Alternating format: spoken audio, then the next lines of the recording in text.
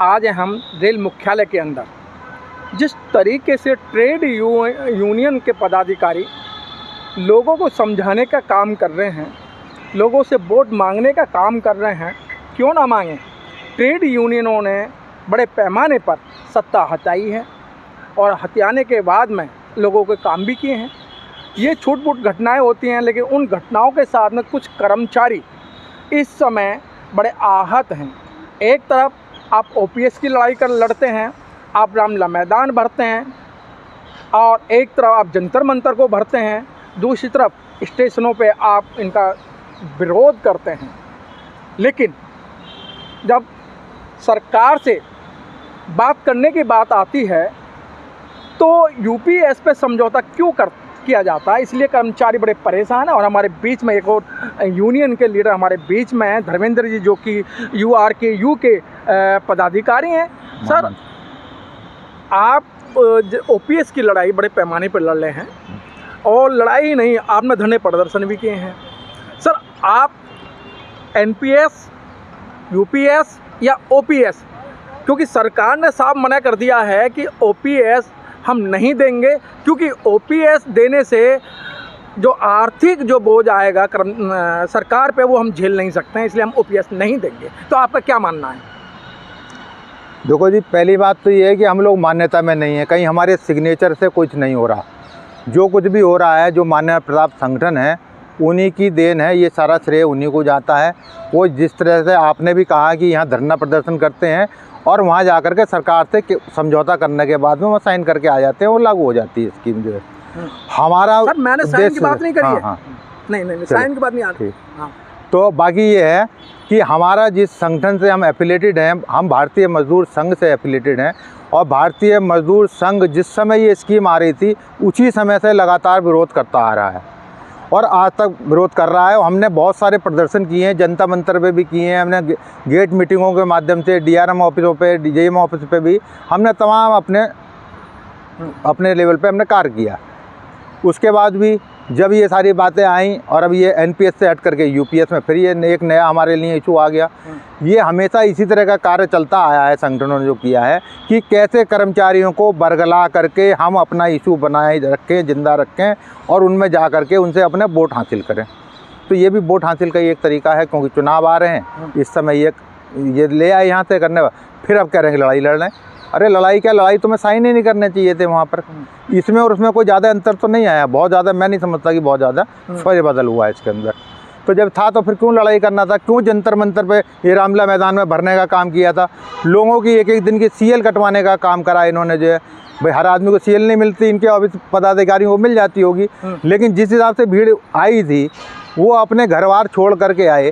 किसी का बच्चे को पेपर दिलाने जाना था, किसी को कुछ और काम था, किसी और काम था, लेकिन वो इनके कहने पर आए, सिर्फ इस वजह से आए कि हमें ओपीएस मिल जाएगा, लेकिन नहीं मिलने का काम हुआ। तो ये सब चल रहा है इस तरह से करके। इसी तरह से कमेटी जो बनी थी, जॉइंट एक्शन कमेटी में जो मान्यता प्राप्त ट्रेड यूनियन है या जो मान्यता प्राप्त नहीं मिली है, लेकिन सर ओपीएस के मसले पर तो ये दोनों ट्रेड यूनियन एक हो गई थी। नहीं, ओपीएस के मसले पे सभी लोग एक थे, लेकिन ये जो है हमारे बीआरएमएस के भी, मुझे नहीं पता इस टीम में थे नहीं थे, लेकिन क्या है कि ये बीएमएस का सीधा फंडा यही है कि हम जो है ओपीएस की लड़ाई, जब तक ओपीएस जैसे था पुनः वो लागू नहीं होगा, जब तक हम लोग शांत नहीं बैठेंगे। लेकिन सर, सरकार बार बार ये कह रही है हम ओपीएस नहीं देंगे, तो फिर आपके पास रास्ता क्या बचता है? नहीं, सरकार तो कहेगी नहीं हो रहा। हाँ। लेकिन सरकार ऐसा कोई नहीं देने वाली। सरकार होती है दबाव में, जब आती है तब काम करती है, और वो दबाव बनाने का काम भारतीय मजदूर संघ लगा हुआ है। हम लोग संगठन, उनके पास बहुत सारे संगठन हैं, वो सभी को अपने एक मंच पे लाने का काम कर रहे हैं, और बहुत जल्दी एक बहुत बड़ा प्रदर्शन करने का भी उनकी योजना है, और बहुत जल्दी हम इसकी लड़ाई को फिर दोबारा से जिंदा करने के बाद। लेकिन सर, आचार संहिता लगी हुई है, तो आप धरना प्रदर्शन कहाँ करेंगे? नहीं, आचार संहिता अभी लगी हुई है ना। हाँ। अभी तो चुनाव है जी। चुनाव के बाद दिसंबर में चुनाव खत्म हो जाएगा, उसके बाद फिर हम लोग अपने इसी का मुहिम पे लगेंगे। लेकिन सर, एक और चीज़ धर्मेंद्र जी, एक और बात बहुत बड़े पैमाने पे की जा रही है कि ये जो यूआरकेयू है, ये एक भारतीय जनता पार्टी का एक छोटा उपक्रम है। अच्छा, एक चीज़ बताइए, ये भारतीय जनता पार्टी का उपक्रम है, आपने कह दिया, और लोग भी कहते हैं, और भी कह रहे हैं, जैसे आपने कहा कि और लोग भी कहते हैं। अच्छा, ये बताओ, जो कार्रवाई हो रही है, जो सारी चीज़ें निकल कर आ रही हैं सामने आपके, ये हम लोगों के उससे आ रही हैं क्या?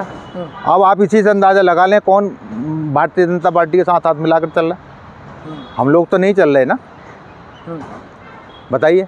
अब यहाँ दुनिया भर की करप्शन सोसाइटी अंशदारी हमारी हो रही है, ये मान्यता प्राप्त संगठनों के द्वारा ही हो रही है। एक को हटा दिया, दूसरे को बैठा दिया, उसके बाद क्या कुछ रुक रहा है क्या? LIC का घोटाला देख लो, तो आम कर लो, लोन में नॉर्मली देख लो, लोन नहीं मिलते लोगों को टाइमों पे, उनसे पैसे लिए जाते हैं। और जो डेलीगेट बने हुए हैं उनकी कोई यहाँ पर रोल नहीं है, लेकिन वो ब्रांच सेक्रेटरी के पास जाओ, उनके पदाधिकारी के पास जाओ, किसी के पास, तो तब उनके कहने से लोन मिलता है, जब वो चढ़ावा दे देते हैं कहीं।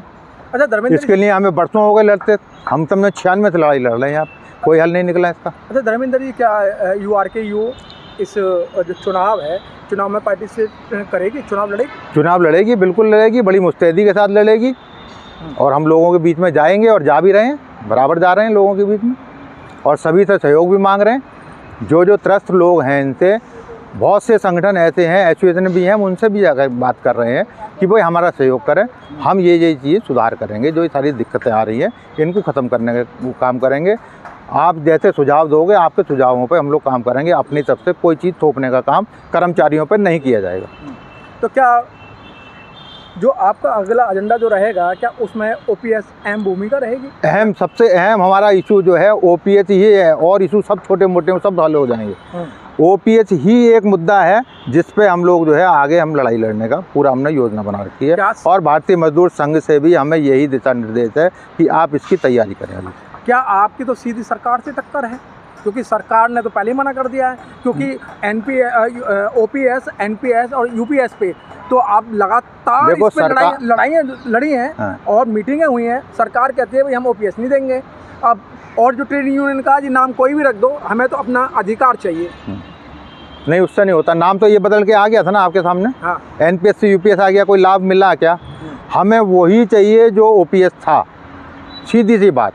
हमें पूर्णतः वही OPS चाहिए जो और लोगों रिटायर होकर गए हैं, जो ले रहे हैं, ये नेतागण भी ले रहे हैं, जो साइन करके आए हैं, वही OPS हमारे कर्मचारियों को, जितने नए आए हैं 2004 के बाद, वही हमारी एक बड़ी मांग है, और वो हल करा के रहेंगे। धर्मेंद्र जी, आप कह रहे हैं कि जो ये हमारे जो लीडरान हैं, या जो हमारे जो कर्मचारी रिटायर हो गए हैं, वो OPS ले रहे हैं। सर, शुरू में तो OPS ही थी ना, तो अब नाम चेंज हुए हैं। तो नाम चेंज का उसका नुकसान कितने हुए हैं? क्या इन्हें ये नहीं आई कि अगर रिटायर हो गए तो कर्मचारियों के लिए इस तरह का कार्य करेंगे? सरकारों से मिला करके हाथ, आज जो क्या नाम है, आपने कहीं देखा है क्या जो आदमी सर्विस से निकल गया वो कर्मचारियों के बारे में कितना ज्ञान रख रहा है, क्या कर रहा है, क्या नहीं करेगा? ये हमारे कर्मचारियों की भी कुछ कमी है। मैं साफ कहता हूँ इस बात के लिए। कर्मचारियों को चाहिए कि भाई आपके बीच में क्या वर्किंग क्लास में कोई ऐसा आदमी नहीं है जो आपकी आवाज़ उठा सके, जिन्हें बरसों हो गए, 20-20 साल हो गए रिटायर हुए, वो आज तक बने हुए हैं। तो ये बात भी कर्मचारियों को सोचनी पड़ेगी। अच्छा, चलते चलते आप भी अब चुनाव में आ रहे हैं, तो नॉमिनेशन कब करेंगे, और उसके अलावा कर्मचारी से क्या अपील करना चाहते हैं? कर्मचारी तो हमारा यही है कि जो नौकरी है, और दूसरी चीज़ ये है, आप कहीं भी चले जाएं, हमारे अपने उत्तर रेलवे में जो है वो मैंने एक बहुत अच्छा सा पैटर्न देखा है कि जो भी की पोस्ट होगी वहाँ यूनियन का पदाधिकारी लगेगा, चाहे ट्रांसफ़र पोस्टिंग का मामला हो, चाहे बिल का मामला हो, चाहे किसी का सर्विस रिकॉर्ड का, प्रमोशनों का मामला, फाइल जो डील करता हो, वो सब यूनियन के वो ही रहते हैं वहाँ पर। और वो किस तरह से रस्ट करते हैं, फिर वहीं उन्हीं के बराबर में कोई बैठा होता है कि फलाने के पास चले जाओ तो ये काम हो जाएगा। नहीं, ये मेरा अपना एक्सपीरियंस है पूरे जीवन का। मैं आज तक किसी संगठन में नहीं था, मैं एक सोसाइटी में एक सिंपली डेलीगेट आता था, मुझे तब भी धमकियाँ मिली थी कि तुम हट जाओ, तुम यूनियन को नहीं जानते, तुम्हारी नौकरी हो जाएगी। लेकिन मैं लड़ा, मन पक्का किया कि नहीं, मुझे कर्मचारियों के बीच में रहना, काम करना है, मैं काम करता था। अब मैं संगठन में आ गया हूँ, तो अब उस हिसाब से सोच बन गई है, और कर्मचारियों के हमेशा मैं सहती रहूँ। पूरे बड़ौदा में कहीं भी किसी भी सेक्शन में जाके आप मेरे बारे में पूछ लें कि मैंने कभी आज तक कोई किसी को निराश नहीं किया। जितना लड़ सका मैं लड़ा, और काम करा के उसका भेजा, और आगे भी लड़ते रहेंगे। ठीक है, बहुत बहुत धन्यवाद सर।